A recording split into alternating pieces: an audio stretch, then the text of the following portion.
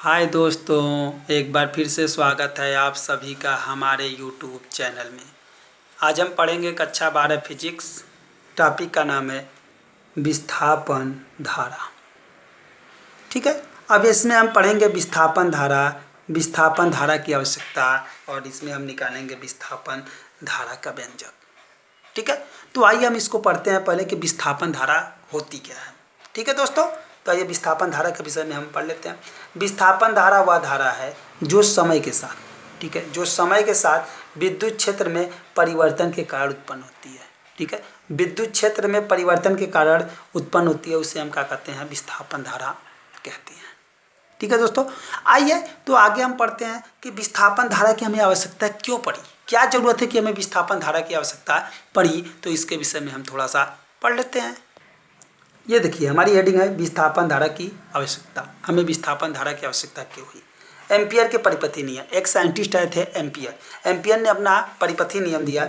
Ampere के परिपथी नियम के अनुसार निर्वात में किसी बंद लूप में, ठीक है, अगर निर्वात में हम कोई बंद लूप रख देते हैं, बंद लूप या परिपथ के लिए चुंबकीय क्षेत्र बी, ठीक है, चुंबकीय क्षेत्र बी का रेखीय समाकलन उस पथ से घिरी कुल धारा आई का μ0 गुना होता है। ठीक है दोस्तों, तो यहाँ पे देखिए, ये देखिए हमने विद्युत क्षेत्र का क्या किया, समाकलन डी, ये हम पढ़ चुके हैं पहले, या μ0 गुना, क्या μ0 गुना किसका, आई का μ0 गुना। तो यहाँ पे μ0 क्या है, देखिए μ0 हम आगे पढ़े हैं, μ0 निर्वात में चुंबकशीलता है। ठीक है, हम जानते हैं कि μ0 वह क्या है, चुंबकशीलता है, तो यह क्या है, निर्वात में चुंबकशीलता है। ठीक है, आइए दोस्तों यहाँ पे हम थोड़ा सा चित्र के माध्यम से समझ लेते हैं। ठीक है, एम्पियर जी जब आए थे, तो इन्होंने इसमें क्या प्रवाहित किया, धारा प्रवाहित किया। ठीक है, तो धारा प्रवाहित किया तो इन्होंने एक लूप लिया। जब इन्होंने यह कहा कि जब हम S1 यानी इस जगह से जब इस लूप से धारा प्रवाहित करेंगे तो धारा का मान क्या रहेगा, I ही रहेगा। ठीक है, अगर हम दोनों, ठीक है, यहाँ पे अगर हम दो प्लेट रख दें, क्या रख दें, यहाँ पे अगर हम दो प्लेट रख दें, इन दोनों प्लेटों के बीच में अगर एक लूप रखें और इसमें से हम क्या करें, धारा प्रवाहित करें। ठीक है, तो यहाँ पे धारा का मान क्या हो जाता है, 0 हो जाता है। ठीक है, इन्होंने यही अपने नियम में दिया था। आइए इसको हम थोड़ा सा पढ़ के समझ लेते हैं।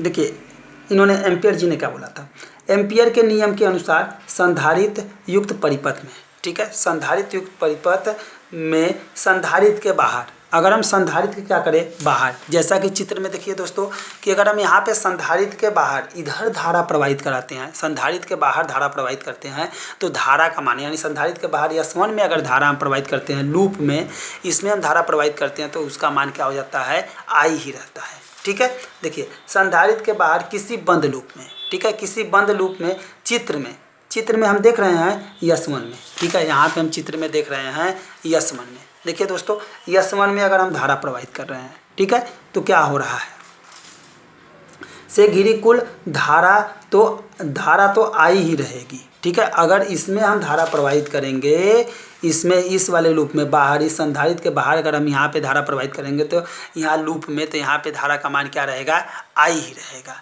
ठीक है दोस्तों,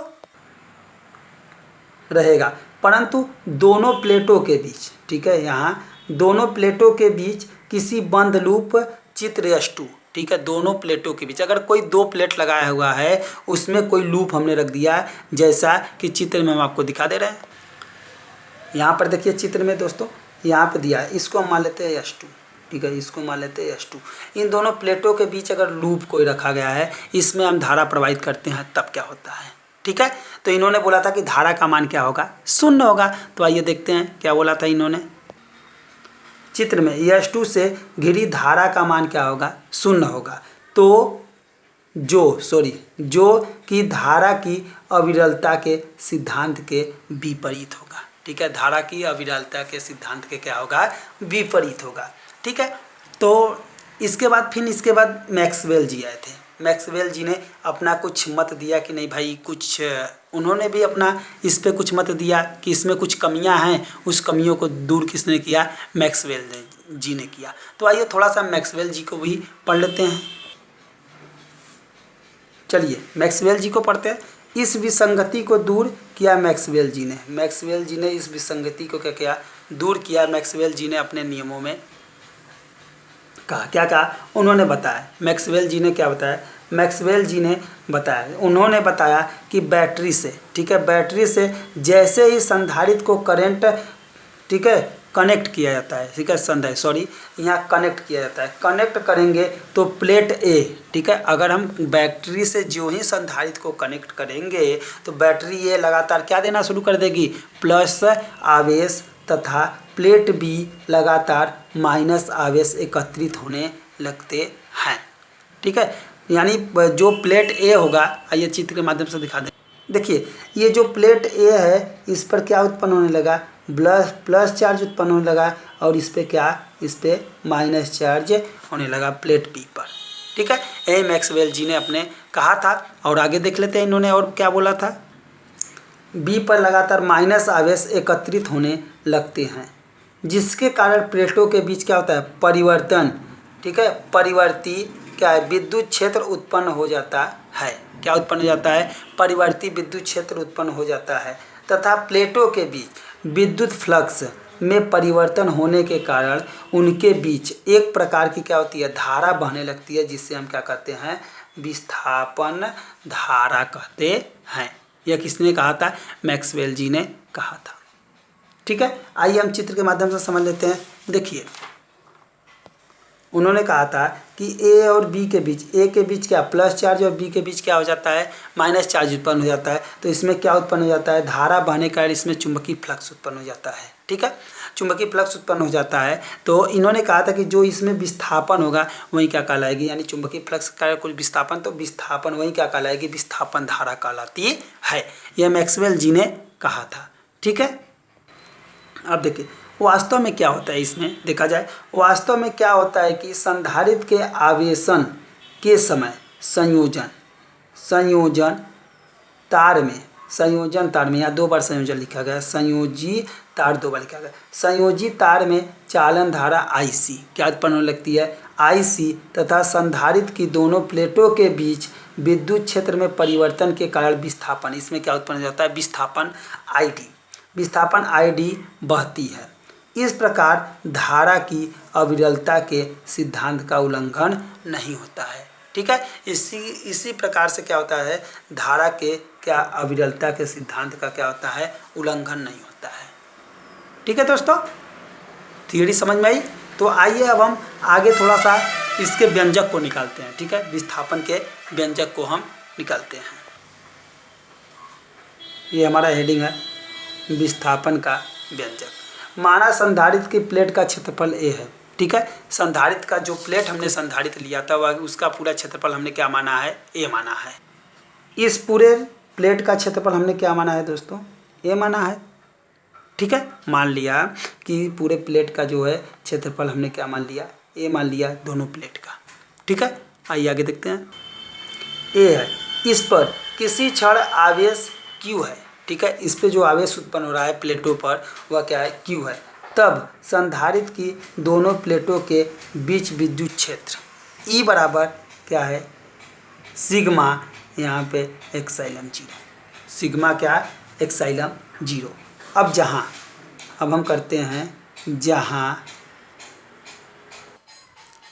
हम जानते हैं दोस्तों कि सिग्मा बराबर, ठीक है, सिग्मा बराबर होता है Q/A। अगर हम यहाँ से सिग्मा की वैल्यू रखें तो देखिए यहाँ पे अगर हम कर दें तो सिग्मा बराबर क्या हो जाएगा, E एप्सिलॉन 0। अगर हम यहाँ सिग्मा की वैल्यू रखें E एप्सिलॉन 0 बराबर Q/A, तो हम यहाँ पे अगर आगे सॉल्व करें, यहाँ से हम Q की वैल्यू निकालें तो Q बराबर हमारा क्या निकल के आएगा, जो Q बराबर हमारा निकल के आएगा वो निकल के आएगा, ये इधर चला आएगा, तो हम इसको इधर ट्रांसफ़र कर देते हैं, हमारा निकल के आएगा E एप्सिलॉन, ये हमारा निकल के आएगा, ठीक है, निकल के आएगा। आइए आगे चलते हैं। देखिए दोस्तों ये हमारा निकल के आया Q बराबर A एप्सिलॉन 0। देखिए हम जानते हैं, हम क्या जानते हैं, फाई बराबर होता है क्या, EA, ठीक है, फाई ए बराबर होता है ई ए। तो क्या हम इस पूरे के जगह यानी ई ए के जगह पे फाई रख सकते हैं कि नहीं? तो यहाँ पे हो जाएगा क्यू बराबर फाई ई, और हमारा फिर साथ में क्या बचेगा, यहाँ पे देखिए एक्साइलम जीरो, तो यहाँ पे क्या बचेगा, एक्साइलम जीरो बचेगा। ठीक है दोस्तों, यहाँ से हम थोड़ा सा लिखते हैं चूंकि, थोड़ा सा लिखते हैं चूंकि संधारित्र की दोनों प्लेटों के बीच विद्युत फ्लक्स फाई ई बराबर ई ए। ठीक है, तो आगे हम थोड़ा सा और लिख लेते हैं अतः संधारित्र की दोनों प्लेटों के बीच बहने वाली धारा अर्थात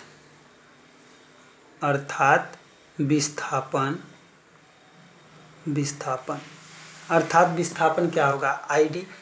हमने अभी दिखाया आई डी से प्रदर्शित करते हैं, तो आई डी ऐसे कर दे रहे हैं, बड़ा वाला ले रहे हैं, capital I D equal to D Q बटे में डी टी।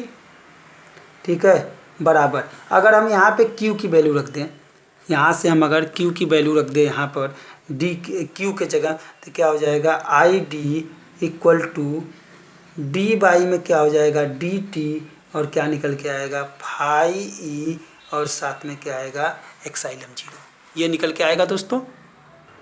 थोड़ा सा और इसे हम हल करते हैं, यहाँ हमारा आई डी जो निकल के आएगा वो निकल के आएगा, यहाँ एक्साइलम जीरो को हम पहले रख देते हैं, एक्साइलम जीरो, और ये हमारा यहाँ चला आएगा, तो यहाँ आएगा डी फाई ई बटे में क्या हो जाएगा, डी टी, ये हमारा निकल के आएगा विस्थापन बराबर। ठीक है, ये तो हमारा निकल के आया एम्पियर के अनुसार, किसके आया, एम्पियर, ये हमारा एम्पियर के अनुसार आया। अब हमारा निकालेंगे मैक्सवेल के अनुसार। ठीक है, मैक्सवेल का परिपथी नियम, तो मैक्सवेल ने अपना परिपथी नियम में क्या दिया था, यहाँ मैक्सवेल का परिपथी नियम, तो यहाँ पे एम्पियर क्या करेंगे, एम्पियर के नियम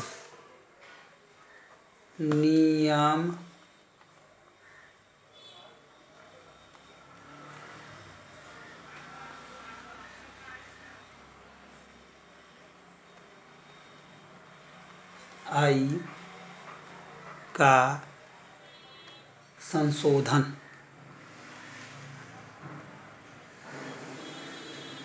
रूप।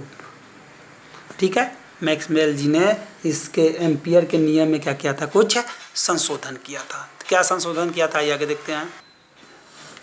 आइए,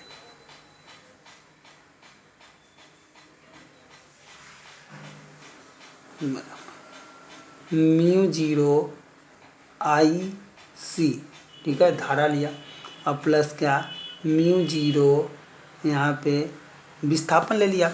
और देखिए अब क्या किया इन्होंने,